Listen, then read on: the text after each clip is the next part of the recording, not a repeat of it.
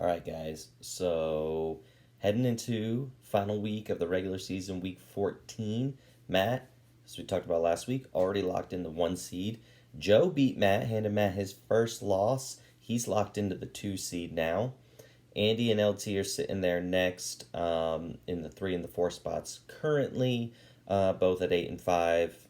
Depending on how the matchups turn out this week, I think they could be really anywhere.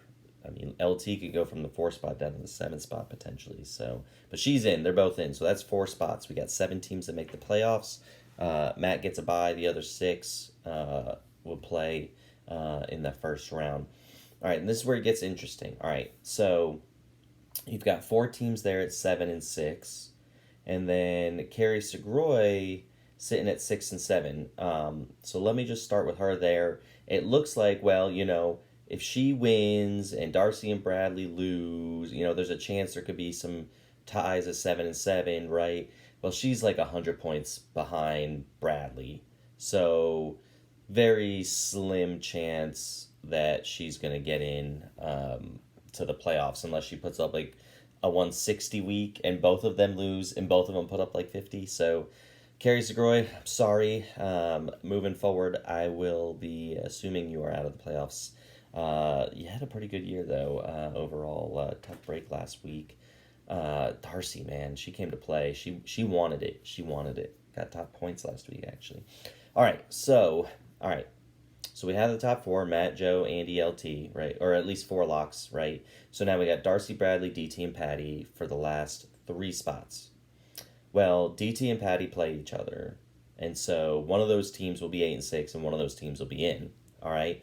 So the loser of that game will be 7 and 7, and they really are hoping that Darcy or Bradley lose, right? So let's look at DT, for example. All right?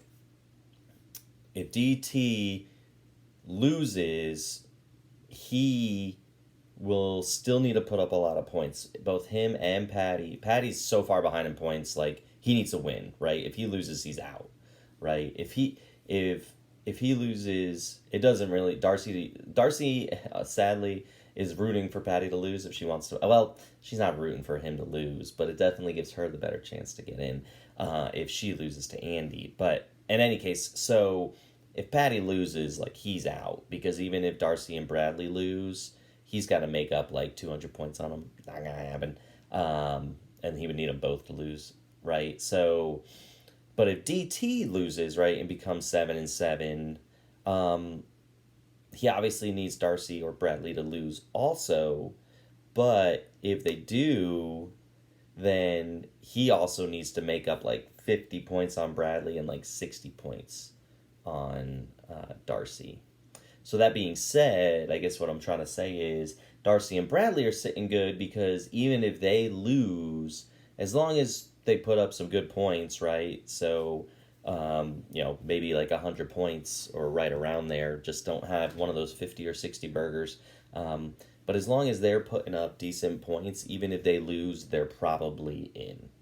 All right? And so it's going to be an interesting last week. Darcy plays Andy. Be a tough matchup. Bradley plays Jer. Should be pretty easy, though. Jer's riding a win streak after beating Core last week.